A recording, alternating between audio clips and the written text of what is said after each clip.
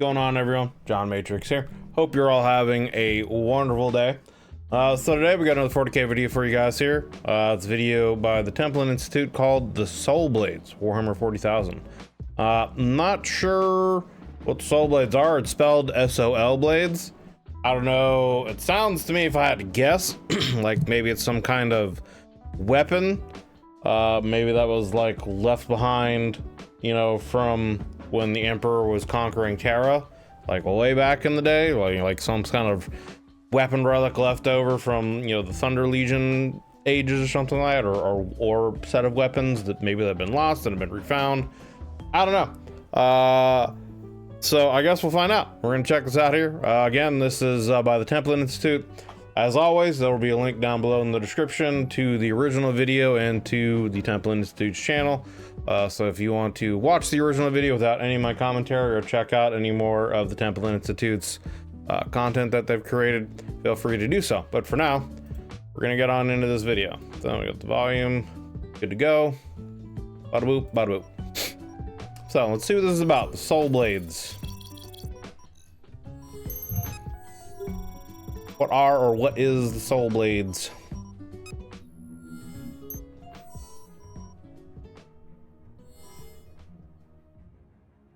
For centuries, mankind has willfully and persistently blinded themselves to the true scale of the Tyranids. With every victory has come complacency. I do feel like from everything that I've heard of from the lore and everything so far, they vastly underestimate the Tyranids. Like, I know they're a threat, but I don't think that the Imperium thinks the Tyranids are as great a threat as they potentially are, just because I guess maybe they're like bugs.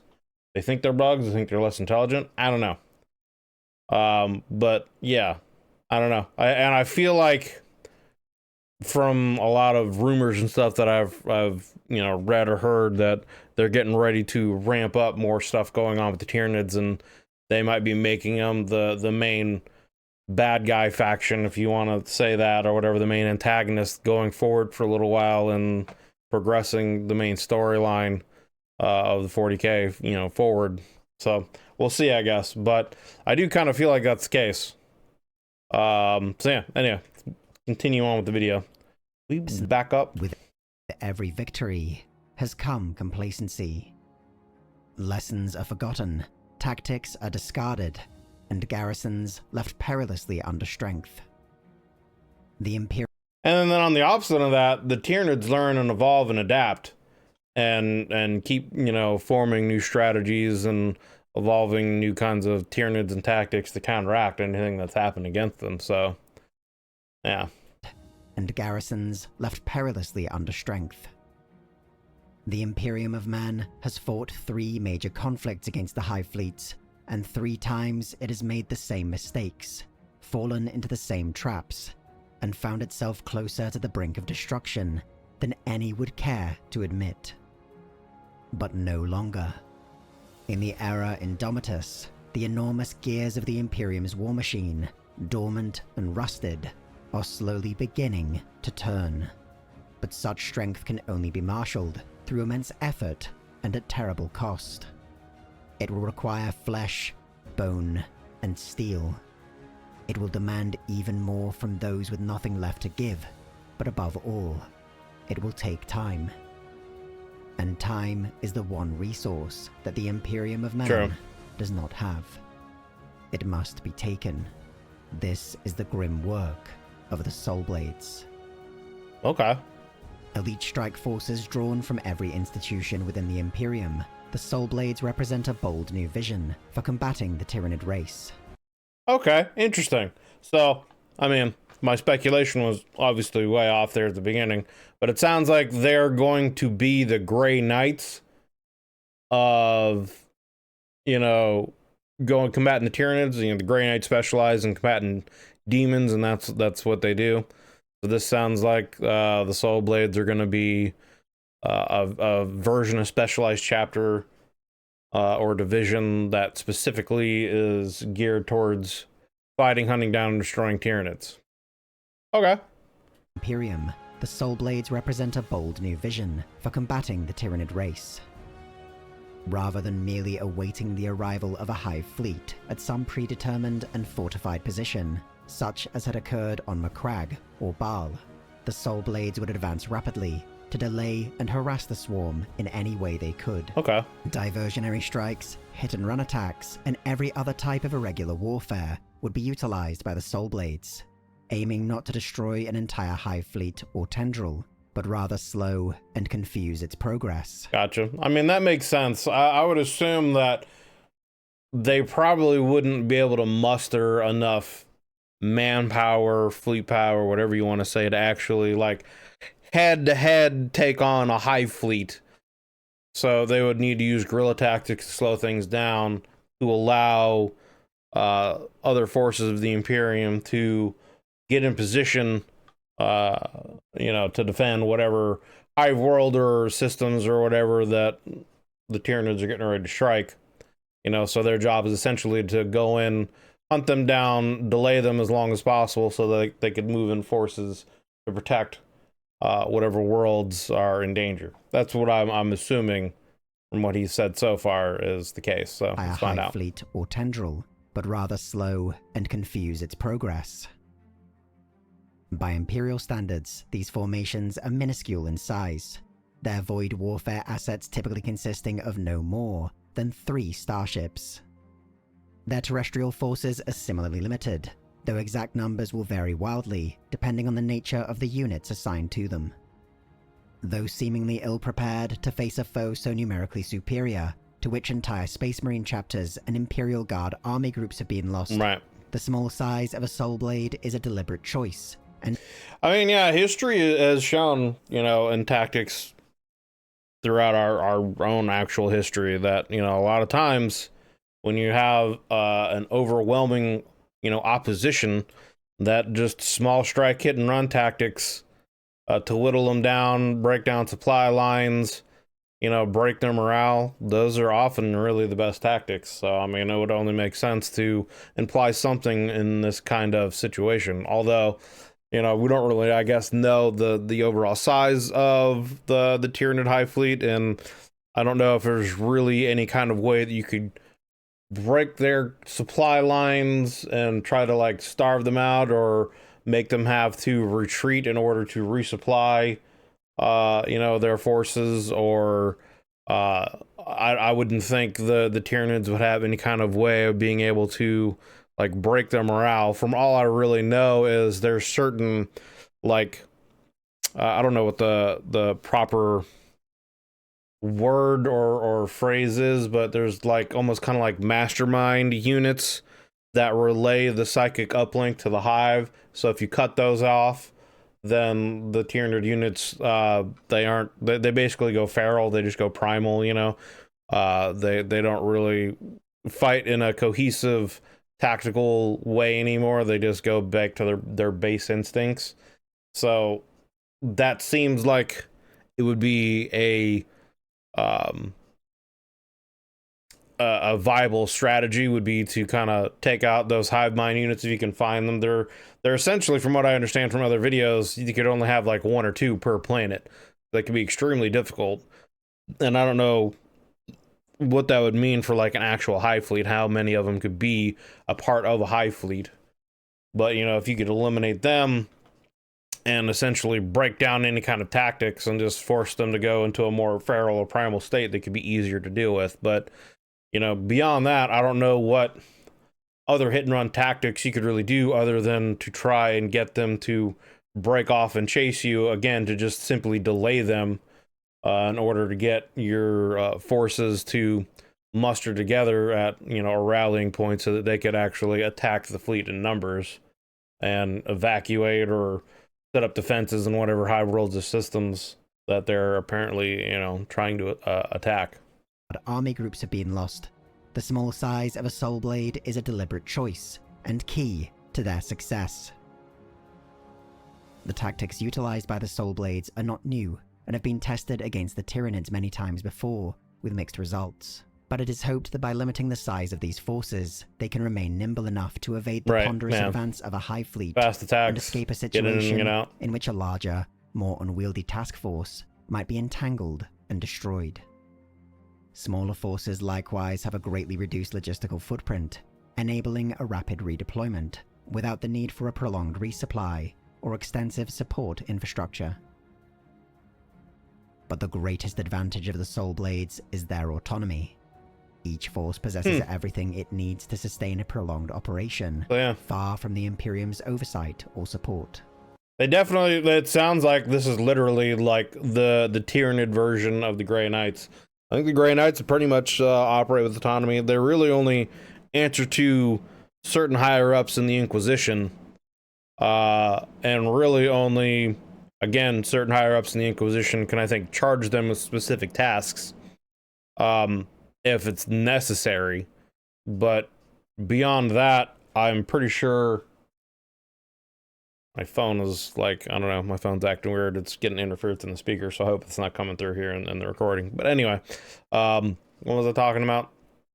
I lost my train of thought. Oh yeah, the Inquisitors. I wonder, I was basically just alluding to, I wonder if it's going to be kind of like the same situation with these guys. If they have autonomy, but only certain, like maybe higher up members of the Inquisition might have authority to tell them what to do or give them specific tasks, and only in certain situations like the Grey Knights. Because again, it sounds like this is basically just a specialized version of, another version of the Grey Knights, but they're specialized in going after the Tyranids, and they don't obviously, well, I mean, maybe they have some kind of psyker abilities, but anyway, let's keep going. To sustain a prolonged operation, far from the Imperium's oversight or support. The shadow in the warp caused by the Tyranid hive mind has long plagued any and all resistance rallied against it, disrupting faster-than-light travel, communications, and psychic abilities. The Solblades are not designed to overcome this interference, but instead to remain effective within it. Solblades present substantial differences in their composition, depending on which branch of the Imperial military apparatus they have been drawn from. Astartes Solblades are typically made up of a single strike cruiser or frigate squadron, and are led by a carefully selected captain, lieutenant, librarian, chaplain, or in some unusual circumstances, a dreadnought. Often, these have been formed from those within the larger chapter, with experience in hunting Xenos, or even Tyranids specifically, when possible. Consequently, many Astartes Solblades are operated by the Death Watch, their skills uniquely aligned to the challenges posed by the Tyranid threat. Solblades contributed by the knightly houses are some of the smallest, sometimes consisting of only a single lance. But the immense firepower that the Imperial Knights wield is enough to offset their limited numbers. The Adeptus Sororitas, by contrast, have fielded far larger Solblades, though not by design. The Order's militant have been as deliberate and selective as any other Imperial force, but their elite battle sisters have been trailed by a tide of fanatics and zealots. So, interesting. So it seems like these guys are apprised of, or are made up of, various units from various parts of the Imperium, not just like the Grey Knights are just specialized Astartes with, extreme psyker abilities, and that kind of a situation. Whereas these guys are Astartes, they're battle sisters. They're from various chapters of Astartes. I haven't heard if they like take any kind of Imperial Guardsmen or anything else, but I would assume if a guardsman has had enough experience with fighting Tyranids and has killed enough and survived enough, that they would probably include him. Why not? And also the Imperial Knights that he's talking about, the Titan units. The Grey Knights don't have anything of that at all. So interesting. I would think it would be pretty cumbersome to have one of those along talking about hit and run tactics. I would think it would be pretty difficult to deploy and redeploy one of the Imperial Knights, but I don't know. I don't know enough about them. But their elite battle sisters have been trailed by a tide of fanatics and zealots, eager to join in the struggle and who refuse to be dissuaded. Mechanicum Solblades are the most mysterious, and Mechanicums too. Of the authority and isolation afforded to these formations to pursue their own agendas. Even the vaunted Custodies have contributed Solblades, but Really? their deployment so far from Terra has necessitated a flexible interpretation of the bonds and codes that dictate their deployment. It is said that Trajan Valoris, Chief Custodian and the 17th Captain General, is personally leading an Imperial Soulblade himself. Even the Astra Militarum, whose mobilizations are famously slow, and what the Soulblades are intended to buy time for, have nevertheless contributed forces from their own elite regiments. Stormtroopers from the Tempestus Scions, Kasakins trained in the style of Lost Cadia, and a multitude of esoteric alien hunters from the Catachan Jungle Fighters to the Death Corps of Krieg, all have been mustered and integrated into the diverse ranks of Soulblades. The disparate nature of these unconventional forces amplifies their overall effectiveness and adaptability, as each brings their own unique strengths and Yeah, it seems like they literally are just taking people who have great experience against fighting the Tyranids or hunting down Xenos in general, and like, hey man, we're putting you in these units to hunt down Tyranids. Interesting. Overall effectiveness and adaptability, as each brings their own unique strengths and specialized training. I wonder in those situations what like the leadership. I've asked this question before in some other videos when it comes to certain, I don't know, branches of the various military when they, start fighting together in certain battles. Like, what does the chain of command look like? I would wonder in these situations how that would be as well. I would assume that, it would probably just be something simple as they have, their own divisions, not necessarily chapters like the Astartes have, but something similar. They have their own squads, own divisions, and each captain recruits and runs it his own way, and they've built their chain of command up that way. But I would wonder in a situation where multiple squads come together to fight the Tyranids, I guess they would have some kind of chain of command set up for that, just like any military, so that when those situations arise, they know who to take orders to and who to give command to. So, but I would just be curious, because it sounds like they are, recruiting from essentially everywhere. So like, would Astartes, be okay with taking command or taking orders from an Imperial Guard who just happens to have command of a squad, and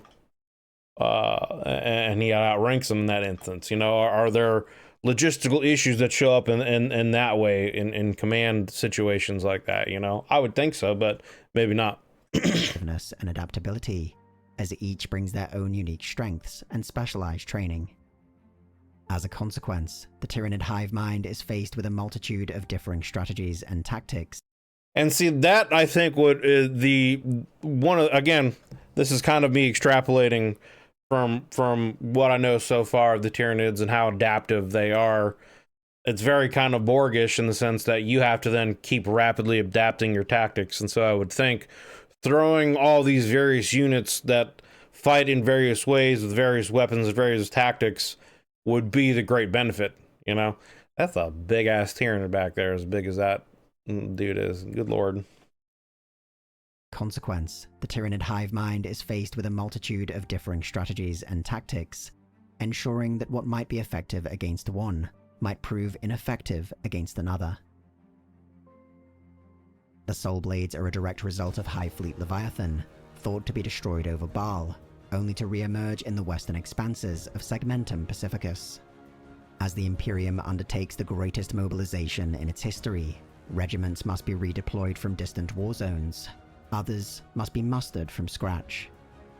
Support convoys and supply bases must be established, and corridors through the warp discovered and reinforced against the perpetual threat of piracy and raiders. Until this can be done, the Tyranids must be delayed by every means. Departing from ceremonies of pomp and grandeur, the first Soulblades to participate in the Fourth Tyrannic War have found themselves in a nightmarish maelstrom of carnage and slaughter. Dozens of Imperial worlds are in the process of being consumed, and special attention must be given to which ones would benefit the most from the support of a Soulblade, and which must be abandoned to serve the greater strategic objective.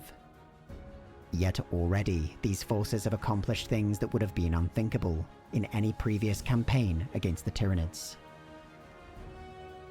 Soulblades have bolstered the defenses of isolated Imperial bastions, turning what should have been easy conquests of the Tyranids into protracted centers of resistance. In some of these cases, Soulblades have not fought directly, but instead imparted their knowledge and doctrine to the local defenders, and elevated the combat effectiveness of Imperial forces across an entire front. The old saying, you know, give a man a fish he eats for a day, teach him fish, you know, he can feed himself for his life. You know, teach people how to defend themselves, and that makes the threat of the Tyranids that much less. You know, might even just be a minuscule amount, but any kind of defense that you could mount to delay them enough so that reinforcements could arrive can mean the difference between a world being conquered and devoured and not. And elevated the combat effectiveness of Imperial forces across an entire front. They have recovered critical information and key relics at risk of being lost forever, and delivered vital reconnaissance to the Greater Imperium, ensuring that defenses are formed to counter the specific movements of the Hive Fleet. In several instances, Soulblades have devastated entire tendrils of the Swarm through the most desperate of tactics. And yet, it may have all been in vain. The Soulblades were deployed to counter the two largest tendrils of Hive Fleet Leviathan, only for a third, far larger swarm to remain completely undetected. Jeez. Even now, it lays siege to the world of Sanctum, linchpin of the critical Bastior subsector, and the headquarters for the entire Imperial defense in Segmentum Pacificus. The Soulblades have found remarkable success, but their intervention may have come too late. For while mankind blinded themselves to the true scale of the Tyranids, the hive mind has carefully observed every attempt made against it. It has watched, and it has learned.